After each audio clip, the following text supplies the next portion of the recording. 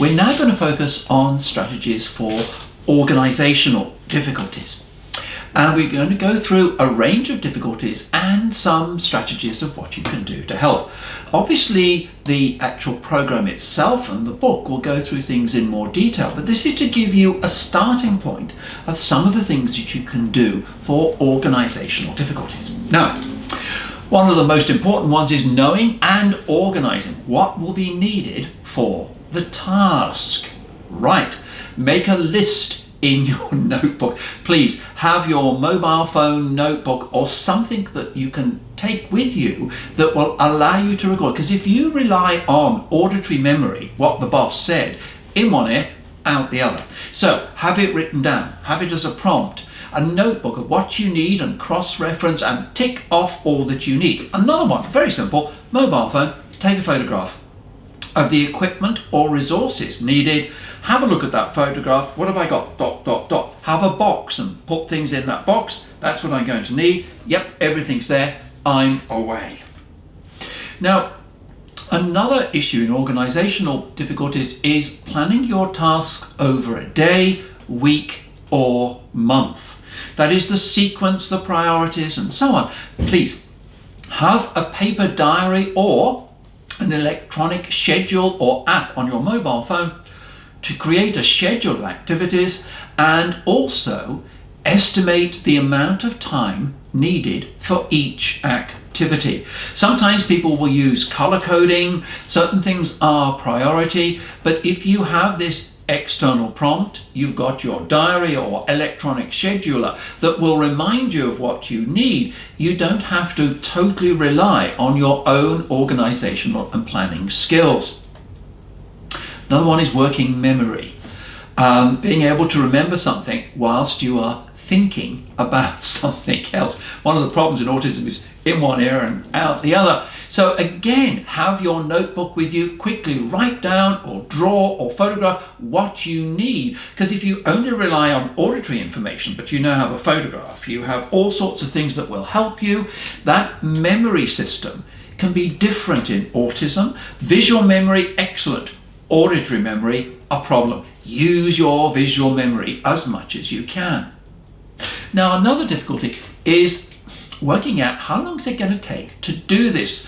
And in autism, there can be a problem of, I don't know how long I've got to devote for this. How long will it take? Time, perception, and management can be a concern. Well, if in doubt, ask someone. Neurotypicals seem to have the first thought is, who can help me? And that's what you may need to adopt, is ask someone who's done the task before, a colleague or the person that gave you the instruction or request. Ask them, how long do you think it's going to take to complete this? And then adjust your work schedule accordingly. Alternatively, make a note of each stage of the task and estimate how long it will take. When you add it all up, this is going to take me 14 hours. Right.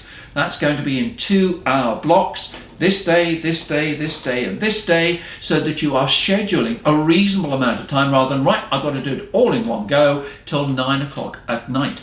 Please pace yourself. Another one is not being distracted by details. In autism, details are important. Yes, I know, but sometimes you can be overly distracted. So use an app on your mobile phone to make intermittent sounds that go beep, that are wake-up calls to remind you to refocus on attending to what is needed in the job in hand. The phrase, it's getting stuck down rabbit holes, and especially if you're on the internet, and this is where, and suddenly an hour and a half has gone by, and it's been interesting, and you've learned lots of information, but it's not relevant to the work that you've got to do. So you can become distracted by all the things that are intellectually stimulating, not necessarily related to the job that you've got to do. Another one, as we've alluded to it in a way, is remembering spoken instructions. So again, use your phone, make an audio recording of what the boss has said that you've got to do, or your colleagues. Or another strategy, if you're a visualizer and you can create in your mind a video of what to do. And I'll say to the person, look, when the boss gives you an instruction, what may help, and you may need to explain to your boss, I need to look away to focus on and remember what you're saying.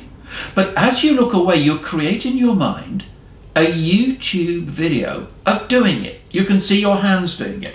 You create an animation or video so that you'll recall later on the mental video, the YouTube video, rather than the spoken instruction. So use your autistic talent in visual abilities.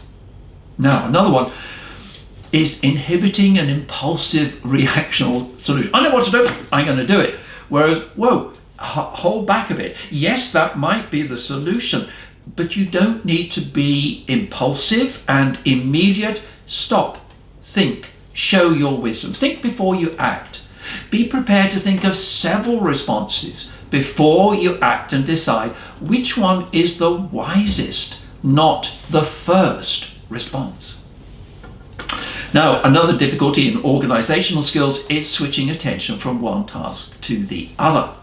And that can be a problem that you have a mind of a one-track thinking process, like a train on a singular track. And sometimes you need to change tracks. So if you can, create an inner voice of a good friend, colleague, or a parent that reminds you to switch attention when needed. Now, the voice may say something like, you need to stop and focus on the new activity. The difficulty is if the other one hasn't been completed, and you may have, shall we say, compulsion for closure. You have to put that and say, whoa, that's what I want to do, but I can't do that in this situation. I've got to refocus on the new task that needs to be done. So again, use your mobile phone or other devices as an intermittent sound to check if you've switched attention, because your mind is going to keep going back to the incomplete activity. I'm sorry, wipe it from your mind. You've got to focus on what you need to do now. That's what bosses tend to do. They suddenly come up with, and now for something completely different, but I haven't finished it. No, you need to do this. This is the new priority. We've got a new, oh, right. Coping with mistakes. First, don't become distressed if a mistake occurs. Be calm and thoughtful. One of the things Michelle and I have found is that the greatest performance expectation often comes from the autistic person themselves, more so than the boss, a parent, or any teacher or colleagues and peers. There is a self-imposed level of expectation. Now remember, mistakes happen and don't mean that you're stupid or incompetent. Try and rectify the mistake if you can, perhaps asking for help and guidance, or take a break.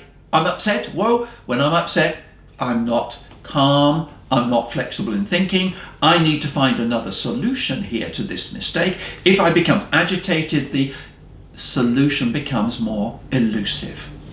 So take a break, seek guidance, be calm. It's not a disaster. It's a way of learning and improving abilities. Another problem is knowing if you're doing a good job. Neurotypicals seem to have an ability to know, I'm doing well, I'm doing okay. For those with autism, it can be, I'm not sure. It's part of the anxiety and performance anxiety. I'm not sure that I'm doing a good job. Please seek affirmation from your line manager, but make sure that you don't keep interrupting them if they're busy with something else. If they're on the phone, wait till they finish. If they're talking to somebody, just wait patiently until they finished and then say, I need to just check with you that I'm doing a good job. Often bosses will like that you are really concerned that you do a good job, but please make sure that you're not becoming irritating by interrupting something that they need to do themselves. Another organizational difficulty is thinking of an alternative strategy. Remember, if you're calm, you're more flexible and creative in your thinking. In other words, one of the things that we've been going through on meditation and a range of things, meditation has many values in it. One is it improves your thinking and problem solving. In other words, when you're calm and relaxed, your body's relaxed, but your thinking is relaxed. You're more creative, you're more flexible in what you can do. When you're tense and rigid, unfortunately, you lack flexibility and alternative ways of problem solving. So please remember, Stay calm. Ask for help. If two minds are working on it, you may find a strategy. So think people, think relaxation. It's also having a higher standard than required. Don't forget, if your line manager is pleased with it, that's enough. You don't have to take it to a level that isn't needed. Now, another problem is completing the activity in the correct sequence. Again, have a video or audio recording of the sequence of activities and make a note on your notepad or your computer program as of the sequence and cross them off as you complete them, because that tells you not only what you've done but what you've got to do next. It's quite appropriate. Take lots of notes, video, audio recording. Use modern technology to resolve organizational difficulties. Now, another one is complying with conventional procedures. Sometimes in autism it's my way, the Frank Sinatra syndrome. I want to do it my way. My way's better. I know a much better way of doing it. I'm sorry, often in the job you've got to do it by the conventional way, even if you do know a better way. So please learn the procedures, have a copy that you can refer to so you can ensure you've complied with the expected procedures of your employer, and you have to do it the way the boss wants you to do it, even if the cataloguing system, the system, I know a better way. You've got to be very careful if you actually suggest that it's the right time. Switching to a new activity before the current activity is completed. We use the metaphor of a train arriving at a station. Now, the train driver must wait until all the passengers have got off the train before starting the journey to the next station. So please make sure that everything is completed before you move on to the next activity. Another issue is self-reflection and self-monitoring. One of the things that you might do is the ability to silently talk to yourself. Some with autism have discovered this, but they don't do it silently. And you can tune and go, and when you tune in, what's that person saying? They're actually self-monitoring, they're guiding themselves, they're self-soothing, they are being the best friend or line manager in supporting themselves by having an inner conversation. Great idea. Turn off the volume if you can, or not move the lips. Silently talk to yourself about the activity you're completing. It's your inner voice is like a sports commentator, commentating on the performance of the team or the tennis player, on the radio explaining the sports event to the listeners. This will help you facilitate concentration and inhibit distraction. Having an inner voice. Some with autism say, I don't have an inner voice. It can be useful. Please, if you can, develop it. Next is time management and prioritizing. It's making a list of the order of priorities, the amount of time needed for each activity, perhaps using a stopwatch or alarm facility on your phone to remind you to focus on the next priority. It's using what we call an external prompt, not an internal prompt, an external prompt. Stopping procrastination. Sometimes in uncertainty and being overwhelmed, you could be frozen and I don't know what to do. This is my report. I have to have a report by the end of the day. I've got a blank page on my computer screen. Where do I begin? Begin. Doesn't matter if your first sentence and paragraph isn't in the final document. You need to start. Your mind needs something to manipulate, operate on, to develop rather than a blank page. So just get started. It'll become easier once you begin.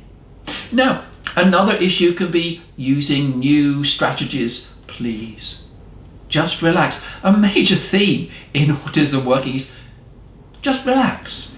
Just relax and you'll be a lot better. The new strategy may be better and it's worth a try.